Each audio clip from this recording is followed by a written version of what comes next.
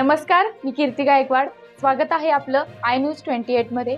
चला तर मग जाणून घेऊयात महाराष्ट्रातल्या ताज्या घडामोडी. नाशिक पाथर्डी सबस्टेशन MSFB कर्मचाऱ्यांनी मागितली लाच. नाशिक पाथर्डी सबस्टेशन MSFB कर्मचाऱ्यांनी मागितली लाच. कर्मचारी व अधिकारी आपल्या अधिकारचा गैरवापर करत जनतेस वेठीस धरत आहे.